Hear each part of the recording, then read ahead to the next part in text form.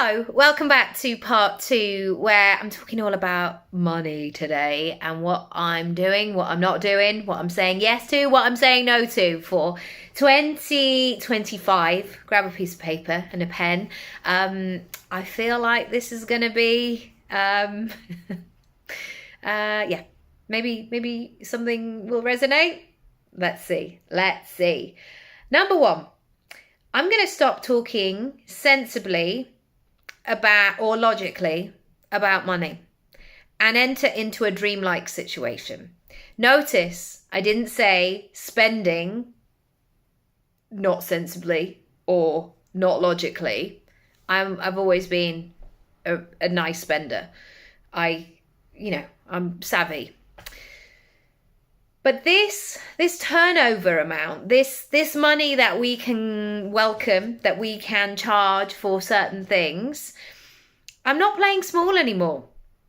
And this is really interesting because maybe it's my upbringing, I was talking to my friend the other day, maybe it's that I trained as an actor.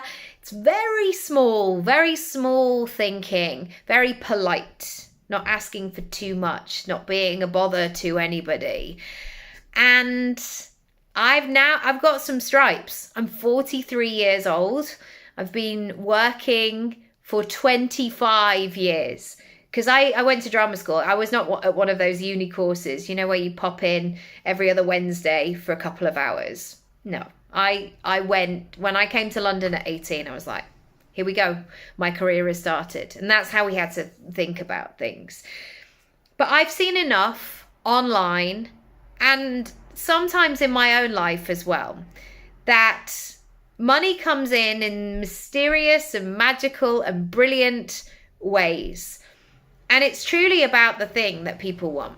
If they want to buy it, and if they want it now, and if they want it enough, what they will charge, what they will pay rather, is quite open-ended.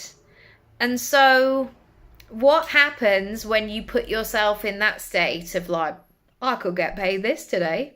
That would be fun. What are your, whoa, that's exciting kind of money? What's that for you? I'd love to know. Number 2, I'm going to be looking at what I am doing. And regularly checking in. What are you doing? You say that you're working. What are you doing? Are these activities moving the needle? Could these activities be done by somebody else? Are these activities things that you have done before and yet you are doing them again? Why is that the case? Asking all of those questions. Because I am now at a stage where I should not be doing everything in my business. Other people could help me. I would like to get a cleaner this year. I'd like to do my shopping online. I want to take out all the stuff where I'm here, there, and everywhere when I could be using that time to make money or rest or have a nice time or a cup of tea in silence on my sofa. Number 3. I'm really going to look at the solutions that I'm offering. Now, I do this. I mean, in order to put something live, I think you have to know, well, if you're working with integrity, what the process you're taking somebody on is. Where are they starting? Where do they want to get to? And I'm also going to be looking at it in more detail. Because, for example, my Speak Up program, yes, I will teach you how to speak up in public and create an income stream from that. But it's not really just about that. It's not really just about going, yep, I feel confident now. I'm here for the long haul, the ripple effect of I am now an experience. I want this course to be the beginning of the next 20 years for you. And I want you to rack up all of that CV, opportunities, places and spaces where you speak. I want you to regularly be a voice in a room where people go, I've never heard it said like that before. Whoa. Oh, now that makes sense. Because what we're finding is that the most confident people or the loudest people or the pushiest people are getting to speak up more. And we've been in enough places and spaces now to know that just because the person is the loudest doesn't mean they are right, or doesn't mean that their opinion is the most valid. And I always want to hear around the table from the people who are keeping quiet. What have you noticed? What happened? My son is a little bit like that. Sometimes he will go into an environment that he's perhaps not familiar with, and he won't say that much. And it's not because he's rude or, he's just there in the room. But when we get home, he can tell me everything about that room, what happened, the people, when they said that, what she was wearing, all of it. And I think that sometimes we mistake the loudest people for having all the information. It's not true. And it may be that your solution and your version of this could be really crucial and important. And I want you to know what your solution is so you can share it. Number 4, I have launched a all-in-one personal brand plan with everything that you may possibly need if you want to create a life first business model, a life and a business blend that works with your personality, your circumstances, and your personal goals. That is how I can be most useful. If you are in a place and a space where you want to go all in, you want all of the elements to make sense to yourself, that is the best way I can help you. And it's been interesting over the years because I think that I've held back because I didn't want people to go, oh my gosh, I've got to find the money to work with somebody for a year.